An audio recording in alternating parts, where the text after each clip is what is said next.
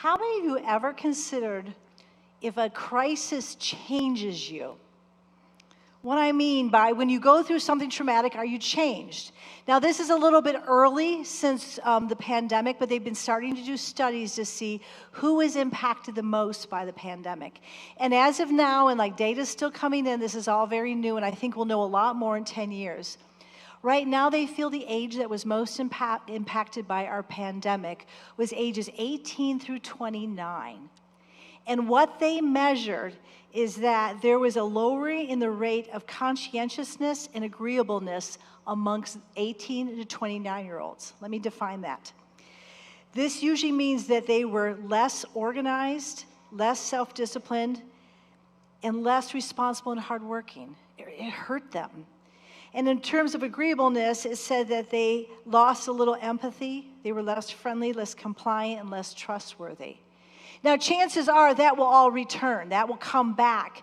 So much we don't know yet, but the reality is we are changed by what happens in our lives when we go through a crisis. Over the next 3 weeks, we're going to talk about another young man named Daniel who went through his own crisis. And we're going to talk about the impact of it on him and how he handled that impact. So our story begins today, back when the nation of Israel is being judged by God, and God's allowing another nation to take them into captivity. And it happened over a period of time, but there were 3 different deportations where the Babylonians came to Israel and they took people out and took them to Babylon. Daniel was one of the first round to go. They took young people that were strong and smart that they knew they could use for their own kingdom. And so Daniel went, and Daniel was in Babylon for 70 years with all the Israelites until King Cyrus came and he allowed them to leave. And so Daniel served for a long time, and we're going to look at his life and how he handled this crisis that he went through. It was very clear Daniel was a man of faith. And it's interesting to hear how he stands up for his faith, he and his friends during this time. So we're going to read out of Daniel 1, verses 8 through 7. Daniel decided that he wouldn't pollute himself with the king's rations or the royal wine. And he appealed to his chief official in hopes that he wouldn't have to do so. Now God has established faithful loyalty between Daniel and his chief official. But the chief official said to Daniel, I'm afraid my master, the king, who has mandated that you are to eat and drink, what will happen if he sees your face looking thinner than the other young men in your group? The king will have my head over because of you. So Daniel spoke to the guard whom the chief official had appointed over Daniel, Hananiah, Mishael, and Azariah. Why not test your servants for 10 days? You could give us a diet of vegetables to eat and drink, then compare our appearance to the appearance of the other young men who eat the king's food. Then deal with your servants according to what you see. The guard decided to go along with the plan and tested them for 10 days. And at the end of 10 days, they looked better and healthier than all the young men who were eating the king's food. So the guard kept taking away their rations and the wine they were supposed to drink and gave them vegetables instead. And God gave knowledge, mastery of all literature, and wisdom to these 4 men. Daniel himself gained understanding of every kind of vision and dream. So these young men are in captivity, and they've actually been blessed by giving jobs in the king's court. And they are being offered the very best of all the food in Babylon. They get to eat what the king eats. But for some reason, they refuse it. Now, when we think of Jewish people, we know there was always food restrictions on them. There were things they were supposed to eat and not eat. But it really doesn't make sense in this moment. It really doesn't click in this time that these foods should be held back from them. So we don't really know what's going on with his vegetable diet. In fact, we don't know enough to say we're not going to be worried today about what was their motivation for doing it, but let's talk about the function of them doing that. Let's just kind of narrow it and we'll say, what was the function of them not eating? So the first thing you think about is that when you give yourself to God, when you make a stand of what you think is right, God honors us. He does. He helps us. He gives us strength, and so that we can stand firm when we're really scared and we're afraid to make a statement. But we know that that's not a guarantee that they'll be safe. There were plenty of Jews who stood firm and didn't eat food in Auschwitz, but they ultimately went to a gas chamber. So we know that's not a guarantee that just because you stand strong that God will spare you. So let's consider another thing that you maybe never considered as a Christian, the importance of what you do in a time of crisis. So the thing that Daniel and his friends did is they connected to their identity. They remembered who they were. And because of who they were, they decided that they shouldn't eat that food for whatever reason. And what was the result of that? Well, one of the first things was it looked like they were going to be different than everybody else. Kind of nutsy. Like, why wouldn't you eat the good food? Why wouldn't you drink the good wine? That they were going to look odd. But also they were going to look like these Jewish people are something to be reckoned with. They were going to be different. And that they were going to have a different God. They were going to have a different allegiance than everybody else. They did the odd thing, but it made them stand out. You ever think about that? Why is it important for us to remember our identity? Why do we need to sometimes stand out? And did you stand out during the pandemic? We all experienced the pandemic together. We all had the same fears of dying, of exposing other people. We struggled with isolation and loneliness. It was a really hard period of time. And we all probably handled it somewhat similarly because we were mandated to handle it similarly. But what was going on inside of you? How were you facing a crisis? How were you identifying as a Christian? Well, let's look at the first thing Daniel and his friends do. They haven't forgotten about God. They've been exiled, taken away from their family, taken away from their home and their people and their country and their temple, which would be eventually destroyed. But they still are talking to God, no matter how bad it is. They're taking their anxieties to him. Philippians 4:6-7 says, don't be anxious about anything. Rather, bring up all your requests to God in your prayers and petitions along with giving thanks. Then the peace of God that exceeds all your understanding will keep your hearts and minds safe in Christ Jesus. They were fearful. They were scared. They were feeling funny. But they took it to God. They kept understanding who was still their source. But then more than that, they remembered who was in charge. They remembered that God was in charge and that they belonged to him. They were his people. Did you remember that, who you were as a Christian? I will say with deep pride that St. Andrew's, and this has nothing to do with Carrie and I, we arrived and this church was this big. They held on to their identity during COVID. And you know how they did it? Through their graciousness. Because they kept doing ministry all through COVID. Could have been so tempted to stop doing ministry because we all had to protect and we all had to isolate and we all had to pull back. But it didn't stop here. The food pantry grew during COVID. Meals on Wheels never missed a Tuesday meal. All those people all over this county still got their meal on Tuesday. Family Promise adjusted, and we continued to care for those who are without a home. Because St. Andrew's knew who their identity was. That's what people who are Christians do. They can't stop serving.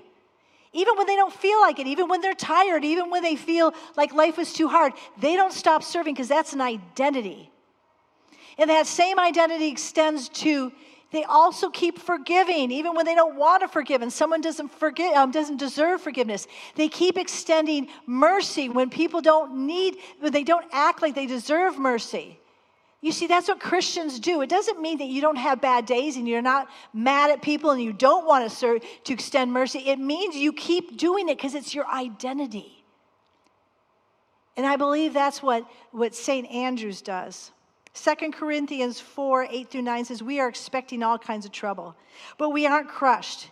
We are confused, but we aren't depressed. We are harassed, but we aren't abandoned. We are knocked down, but we aren't knocked out. That's who St. Andrew's is.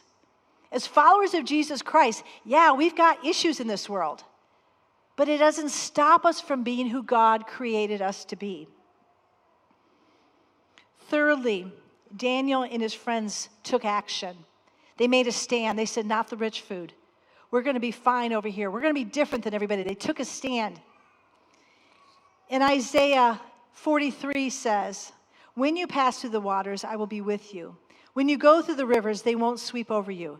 When you walk through the fire, you won't be scorched, and flame won't burn you. You see, sometimes we have to take action. Even when things are looking really bad, even in the middle of your crisis, you have to take action. So, for the entire month of October, we focus on money. Didn't you love that? Wasn't that a good sermon series? Everybody loves to talk about money. And then over the last couple weeks, Parker Keene, a member of this church, has been continuing the conversation and talking to us about going forward. And it all has not been good news. We have found out that because of the inflation, that our bills have jumped up. And I'm sure most of you have noticed that in your electrical bills and everything else. It's all getting expensive to live. And we're seeing that in our expenses here. And so while giving is going great, and you guys are giving more than last year, our bills are greater, and we're going to approach Christmas with a deficit. That feels a little bit like a crisis to me.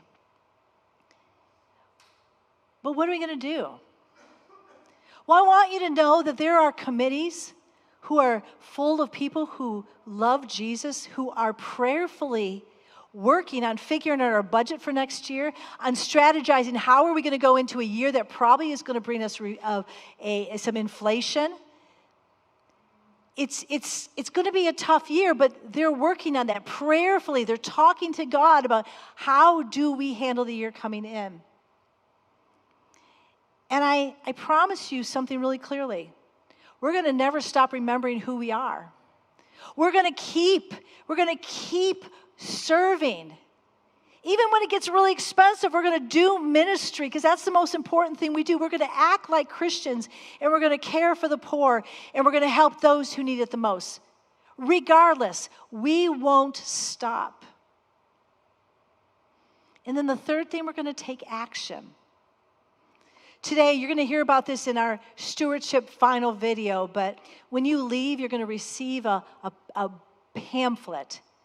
You can also come to the church and we can send it to you, or you can get online and read about it as well. But this pamphlet, it's going to talk about the coming year and how we're going to handle it and all the goals we have, because we have goals for next year in spite of where we're at. There'll also be a pledge card in there. We're going back to the old-fashioned way of pledging what you're going to give. And some of you have never done that in your life. You've never been in a church because pledging's gotten kind of last couple of years, churches moved away from it. We're moving back so we can be good stewards of our money. And we're going to ask you to take that action and let us know. And here's why. Back in the fall, we took a survey of everybody.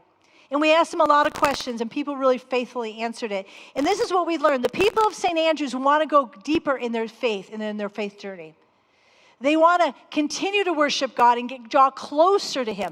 That was across the board. That was clear. But then we said, what stops you from doing that? What is the thing that stops your progress? And it came back to two things. One was, I'm too busy, and two was, other.